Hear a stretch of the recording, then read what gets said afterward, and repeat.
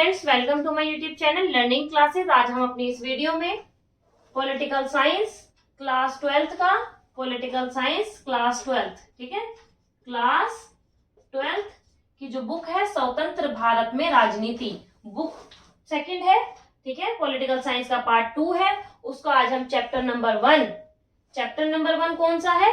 राष्ट्र निर्माण की चुनौतियां, जिसका हम पार्ट 1 पहले ही कर चुके हैं। अब हम पार्ट 2 करेंगे, ठीक है। अब हम पार्ट 2 करेंगे। पार्ट 1 में पहले ही करा चुकी हूँ, आज हम पार्ट 2 करने वाले हैं। पार्ट 2 में हम क्या क्या पढ़ेंगे? विभाजन, विस्थापन और पुनर्वास। विभाजन पढ़ेंगे, विस्थापन पढ़ेंगे और पुनर्वास पढ़ेंगे। विभाजन किस आधार पर किया गया, इसमें हम बात करेंगे द्विराष्ट्र सिद्धांत की। विभाजन मैंने लास्ट वीडियो में आपको बताया था द्विराष्ट्र सिद्धांत के बारे में थोड़ा सा, तो आज हम डिस्कस करेंगे पहले द्विराष्ट्र सिद्धांत के बारे में। फिर विस्थापित हुए लोग, जो विस्थापन हुआ, किस आधार पर विस्थापन हुआ वो मैं आपको बताऊंगी कि विस्थापन क्यों किया गया, लोगों को शरणार्थी शिविरों में क्यों रहना पड़ा, क्यों उन्हें रिफ्यूजीज बनना पड़ा, क्या रीजन था, तो शरणार्थी शिविरों में उन्हें कई दिन बिताने पड़े, ऐसा क्यों हुआ। उसके बाद पुनर्वास के बारे में भी हम पढ़ेंगे। क्या होता है कि कई जगह ऐसी थी जिस जगह पर या तो हिंदू लोग या मुसलमान लोग अल्पसंख्यकों का हनन करते थे, और जो बहुसंख्यक में होते थे लोग, वो उन्हीं का राष्ट्र बन जाता था, वो अल्पसंख्यक लोगों का हनन करते थे, तो उन्हें वहां से वो जगह छोड़कर जानी पड़ती थी, तो उन्हें अपना दोबारा से पुनर्वास करना पड़ता था। तो हम शुरू करते हैं। सबसे पहले विभाजन। मुस्लिम लीग ने द्विराष्ट्र सिद्धांत का तर्क दिया। क्वेश्चन आ सकता है एमसीक्यू कि द्विराष्ट्र सिद्धांत का तर्क किसने दिया, तो मुस्लिम लीग ने द्विराष्ट्र सिद्धांत का तर्क दिया और कहा कि भारत दो कौमों का देश है। भारत दो कौमों का देश है। क्या कहा मुस्लिम लीग ने? कि भारत किसी एक कौम का देश नहीं बल्कि दो कौमों का देश है, हिंदू और मुसलमान। ये दो कौमों का देश है और यहाँ के हमें देश का विभाजन करना ही पड़ेगा। देश को दो टुकड़ों में, हिंदुस्तान और पाकिस्तान के रूप में बनाना ही पड़ेगा। मोहम्मद अली जिन्ना ने यह सिद्धांत दिया था। द्विराष्ट्र सिद्धांत मोहम्मद अली जिन्ना द्वारा पेश किया गया था। क्लियर हो गया? और इसी कारण मुस्लिम लीग ने मुसलमानों के लिए एक अलग देश यानी पाकिस्तान की मांग की। द्विराष्ट्र सिद्धांत जो था हमारा, जिसके तहत पाकिस्तान की एक अलग राष्ट्र बनाया मुस्लिम लीग द्वारा, पार्टी थी मुस्लिम लीग, तो उसने पाकिस्तान की मांग की थी। तो इस सिद्धांत को ना मानने के लिए भी काफी सारी वकालतें की गई। खान अब्दुल गफ्फार खान, जिन्हें सीमांत गांधी बोला जाता है, उन्होंने भी इस सिद्धांत की आलोचना की थी, लेकिन फिर भी इसे लागू कर दिया गया। साथ साथ ये भी याद रखना है कि कांग्रेस ने भी इस पाकिस्तान की मांग का विरोध किया था, द्विराष्ट्र सिद्धांत की मांग का विरोध किया था मोहम्मद अली जिन्ना ने, लेकिन नहीं माना। मुस्लिम लीग के साथ यह वकालत की और 1940 के दशक में अब पाकिस्तान को एक अलग राष्ट्र बना गया। 1940 का दशक का मतलब होता है 10 साल, 1940 से 1950। क्लियर हुआ? 10 साल बोलते हैं दशक, तो 1940 का दशक, 1940 के दशक में ही मुस्लिम लीग की स्थापना हुई थी, 1940। अब हम बात करते हैं कि जो विभाजन हुआ था, विभाजन कैसे हुआ था, विभाजन के लिए कौन सी रणनीति बनाई गई थी। तो बेटा जी, विभाजन के लिए जो आधार बनाया था वो धार्मिक बहुलता का आधार बनाया था। क्या बनाया था विभाजन का आधार? धार्मिक बहुसंख्या के आधार पर विभाजन किया गया था। धार्मिक बहुसंख्या के आधार पर विभाजन कैसे किया था, ये बड़े ध्यान से समझना। एमसीक्यू में ये क्वेश्चन भी आ सकता है कि विभाजन का आधार क्या था। तो धार्मिक बहुसंख्या को विभाजन का आधार बनाया गया। यह घोषणा कर दी गई कि भारत के जिस जिस क्षेत्र में मुसलमान ज्यादा हैं वो एरिया पाकिस्तान कहलाएगा, और जिस एरिया में हिंदू ज्यादा हैं वो हिंदुस्तान कहलाएगा। लेकिन सिर्फ और सिर्फ पंजाब और बंगाल का इलाका ऐसा था जहां सबसे ज्यादा मुसलमान थे। इसके अलावा पूरे भारत में हर एक राष्ट्र, हर एक कोने में कहीं कहीं मुसलमान जरूर ही उपस्थित थे। लेकिन फिर भी भारत में पाकिस्तान को दो टुकड़ों में बांट दिया गया। एक क्षेत्र पूर्वी पाकिस्तान कहलाया और एक पश्चिमी पाकिस्तान कहलाया। जो पंजाब वाला क्षेत्र था वो पश्चिमी पाकिस्तान कहलाया और जो बंगाल बांग्लादेश की साइड जो है वो पूर्वी पाकिस्तान कहलाया। आगे हम बात करते हैं पूर्वी और पश्चिमी पाकिस्तान के बाद धार्मिक बहुसंख्या को आधार बनाया और मुसलमानों की संख्या के आधार पर पाकिस्तान में दो इलाके बना दिए गए, दो इलाके शामिल कर दिए गए कि भाई मुसलमानों की संख्या इन दो जगहों पर सबसे ज्यादा है। एक बंगाल की साइड और दूसरी पंजाब की साइड, ठीक है, जो आज पूर्वी पाकिस्तान पश्चिमी पाकिस्तान है उस साइड। तो इन्हें एक पूर्वी पाकिस्तान और एक पश्चिमी पाकिस्तान की घोषणा कर दी।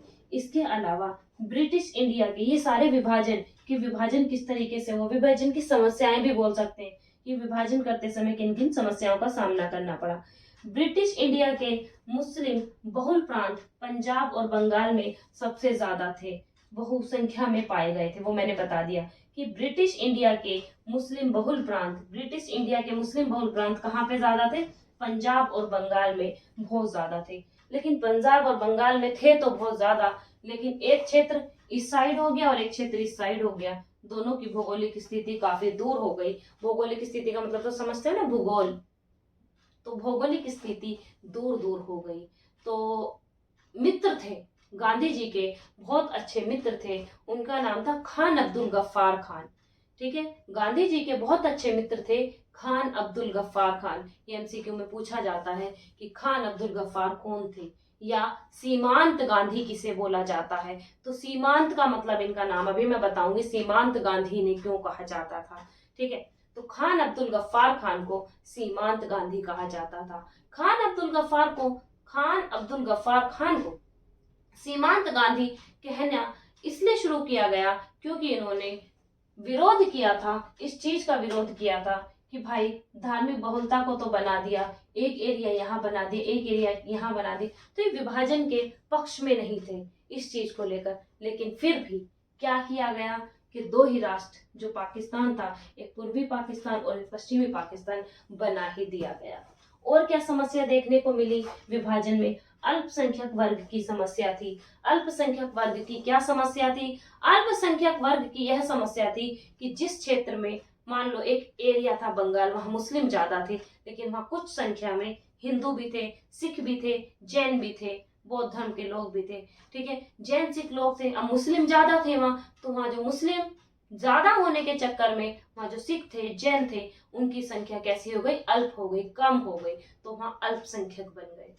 क्लियर हुआ? ऐसे ही मान लो कोई एरिया जहाँ हिंदू ज्यादा थे, मुस्लिम कम थे, तो वहां मुस्लिम लोग अल्पसंख्यक बन गए।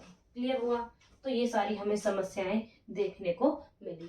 अब हम बात करते हैं विभाजन के क्या परिणाम थे। अभी हमने पढ़ा कि विभाजन कैसे हुआ, कौन सा सिद्धांत अपनाया गया, राष्ट्र निर्माण का सिद्धांत कैसे अपनाया गया, द्विराष्ट्र सिद्धांत किसने दिया था, द्विराष्ट्र सिद्धांत में किस बात पर बल दिया गया था, और विभाजन का आधार क्या था, और विभाजन के समय किन किन समस्याओं का हमें सामना करना पड़ा, विभाजन के समय हमें किन किन समस्याओं का सामना करना पड़ा। विस्थापन की समस्या क्या थी वो अब हम पढ़ेंगे, विस्थापन में कैसे हुआ।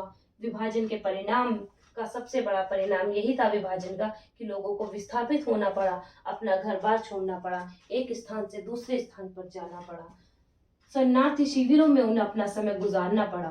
तो अब हम बात करेंगे जो हमारा विभाजन था, विभाजन के परिणाम की। विभाजन के परिणाम में हम पहला पढ़ेंगे लोग बेघर हो गए। अब लोग बेघर कैसे हो गए? जब भाई विभाजन हुआ देश का, जो हमारा देश था वो दो टुकड़ों में बट गया, तो लोगों को क्या करना पड़ा? विस्थापित होना पड़ा। क्या होना पड़ा? विस्थापित होना पड़ा, विस्थापन करना पड़ा। विस्थापन का मतलब होता है एक जगह से दूसरी जगह जाना। अब विस्थापन से बहुत सारी समस्याएं भी उत्पन्न हो गई। लोग इतनी सालों से उनकी जो संपत्ति थी वो सब खराब हो गई, आर्थिक स्थिति बिल्कुल बिगड़ गई। ये थे विभाजन के परिणाम। अब हम बात कर रहे हैं विभाजन के परिणाम की। दूसरा, लोगों को शरणार्थी शिविरों में रहना पड़ा, कैंप लगा दिए गए थे, शरणार्थी शिविरों में उन्हें गुजारा करना पड़ा, उन्हें समझ नहीं आ रहा था कि वो इंडिया में है या पाकिस्तान में। नेक्स्ट, बच्चे अपने माता पिता से बिछुड़ गए, इतनी दयनीय स्थिति आ गई कि ऐसी मारामारी में, विभाजन में उसका सबसे खतरनाक परिणाम यही हुआ कि कई कई परिवार तो ऐसे थे कि पुरुष, किसी किसी परिवार में तो एक भी पुरुष ना बचा, पूरा का पूरा जो फैमिली थी, उनका जो पूरा खानदान था, उसमें एक भी पुरुष ना बचा। सांप्रदायिक दंगों में सारे मारे गए। पुलिस व प्रशासन का जो रवैया था वो भी बदल गया विभाजन के परिणाम में। लोगों की संपत्ति लुट गई, सांप्रदायिक दंगे हुए, धर्म के नाम पर सिख, हिंदू, मुस्लिम आपस में सांप्रदायिकता के नाम पर दंगे हुए। नेक्स्ट, संपत्ति का बंटवारा हुआ।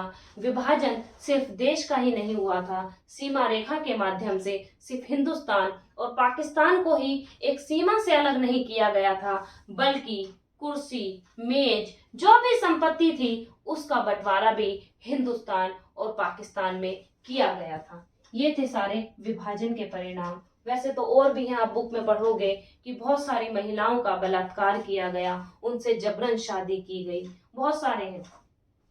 तो ये सारी चीजें हैं जिसमें आपको पढ़ना है कि विभाजन के क्या क्या परिणाम हुए।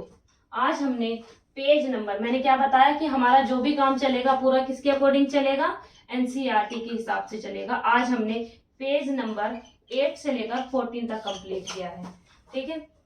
इसके अलावा इंपॉर्टेंट चीज क्या है कि ये तो आप लोगों को करना ही है, इसके अलावा जो बीच में, बुक्स के बीच में कलरफुल बॉक्सेस के अंदर जो भी है कंटेंट वो भी आपको पढ़ना है। जैसे गांधी जी की शहादत, बहुत अच्छी बात है उसमें, तो वो भी पढ़नी है। जो भी बॉक्स में कंटेंट दिया हुआ है वो भी आपके एग्जाम के पॉइंट ऑफ व्यू से बहुत इंपॉर्टेंट है। अगर आप ये सारी चीजें समझते चलोगे तो वो बॉक्सेस वाला आप इजीली समझ जाओगे, ठीक है। आज हमारा पेज नंबर 8 से 14 तक, इससे जो प्रीवियस वीडियो थी पार्ट 1 उसमें हमने 1 से 7 तक किया था।